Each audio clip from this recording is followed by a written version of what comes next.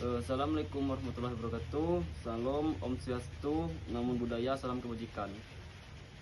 Perkenalkan, nama saya Pak Rizky Ramadhani. Di sini saya akan menjelaskan tentang tipe pulau dalam UNCLOS.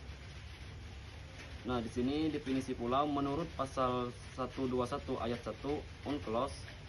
Pulau adalah daratan yang terbentuk secara alami dikelilingi air, muncul di atas permukaan laut pada saat pasang surutnya.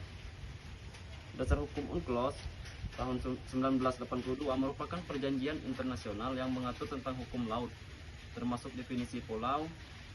UNCLOS telah diratifikasikan oleh Indonesia melalui Undang-Undang Nomor 17 Tahun 1985. Undang-Undang Nomor 5 Tahun 1960 tentang perairan Indonesia menegaskan bahwa di laut Indonesia sekitar, di antara dan di dalam kepulauan Indonesia adalah perairan nasional. Peraturan Pemerintah Nomor 37 Tahun 2002 tentang tata cara penetapan garis dasar kepulauan dan perairan kepulauan mengatur tentang penetapan garis dasar kepulauan dan perairan kepulauan. Makna pulau dalam UNCLOS. Pulau memiliki penting dalam UNCLOS karena menentukan batas wilayah negara. Pulau memiliki laut teritorial, zona tambahan, dan zona ekonomi eksklusif atau Z, dan alasan kontinten.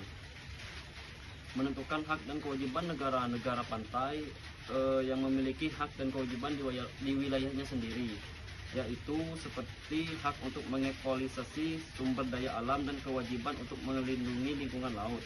Menentukan alur laut kepulauan. Negara kepulauan dapat menentukan alur laut kepulauan untuk pelayaran internasional. Dampak definisi pulau. Definisi pulau dalam UNCLOS memiliki dampak signifikan bagi Indonesia, negara kepulauan terbesar di dunia. Dampak tersebut antara lain adalah: yang pertama, memperluas wilayah laut Indonesia. Indonesia memiliki Z seluas 2,7 juta kilometer persegi, yang merupakan salah satu Z terbesar di dunia. Meningkatkan potensi ekonomi Indonesia. Z Indonesia kaya akan sumber daya alam seperti ikan, minyak bumi, dan gas alam. Meningkatkan tanggung jawab Indonesia. Indonesia memiliki tanggung jawab untuk melindungi dan mengelola wilayah laut secara berkelanjutan. Nah, dalam kesimpulan tersebut, bahwasanya pulau itu memiliki makna penting dalam UNCLOS dan memiliki dampak signifikan bagi Indonesia. Definisi pulau dalam UNCLOS membantu Indonesia untuk menentukan batas wilayahnya, hak dan kewajibannya, dan alur laut kepulauannya.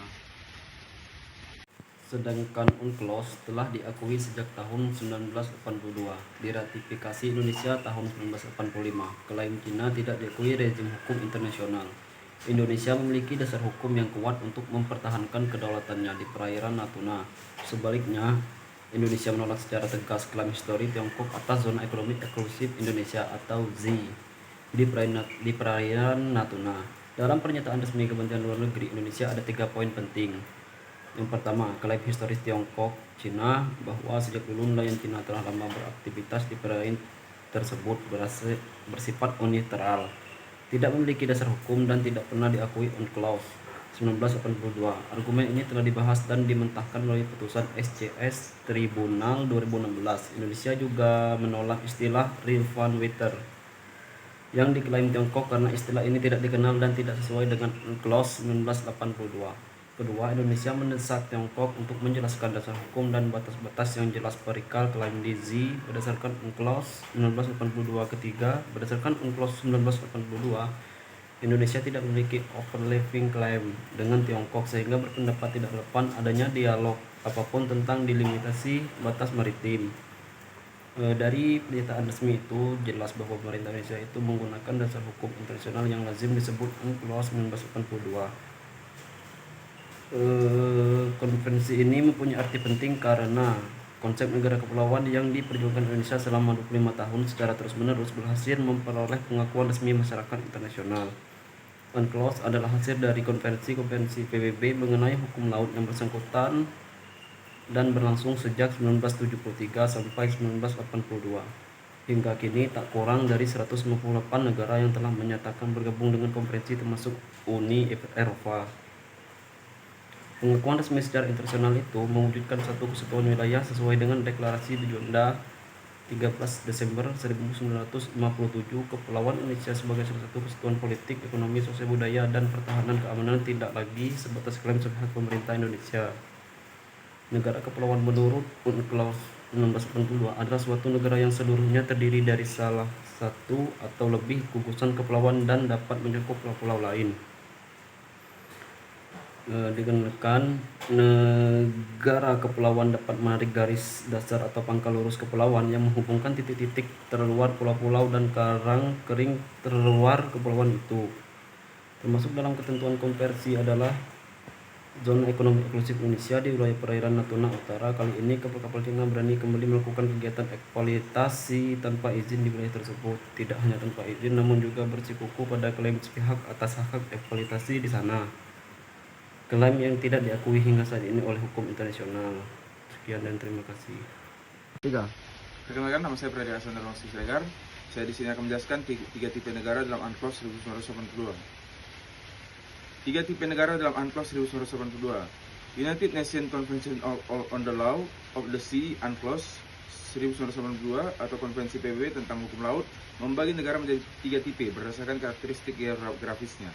1. Negara kepulauan archipelagic state, terdiri dari satu atau lebih gugusan kepulauan, memiliki garis pangkal lurus. Kepulauan archipelagic baselin yang menghubungkan titik-titik terluar, pulau-pulau dan karang kering terluar, memiliki kedaulatan penuh atas perairan kepulauan yang terletak dalam garis pangkal lurus kepulauan. Contoh: Indonesia, Filipina, Fiji.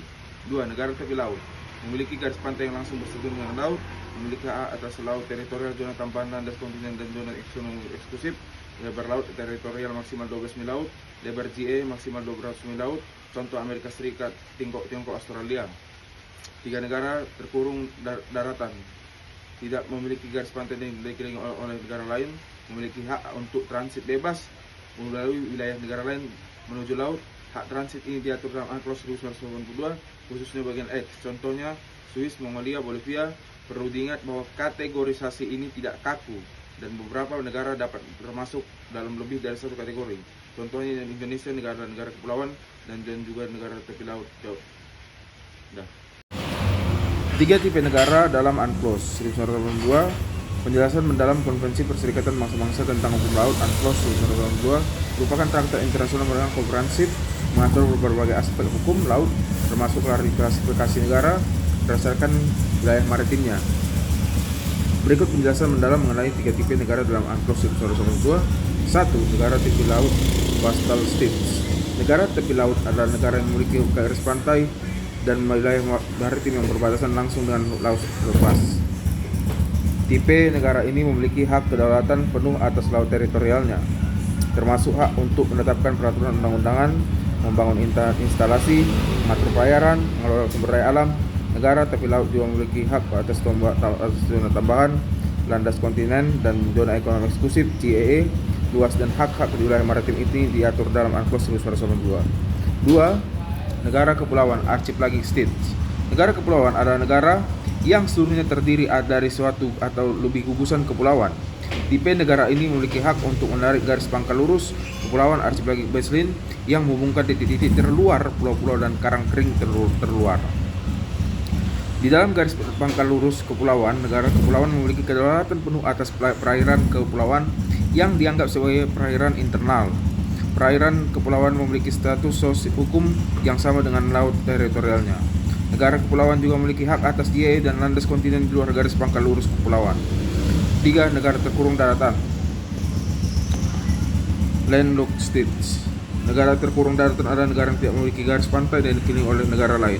Tipe negara ini tidak memiliki wilayah maritim sendiri. Namun UNCLOS 1982 memberikan hak akses ke laut bagi negara terkurung daratan. Hak akses ini meliputi hak untuk transit untuk melalui wilayah negara lain menuju laut lepas, hak untuk menggunakan pelabuhan dan fasilitas laut di negara lain, hak untuk berpartisipasi dalam pengelolaan sumber daya laut di wilayah yang berdekatan dengan negara terkurung daratan. Negara terkurung daratan juga memiliki hak untuk mengamankan armada lautnya sendiri dan berpartisipasi dalam kegiatan maritim internasional.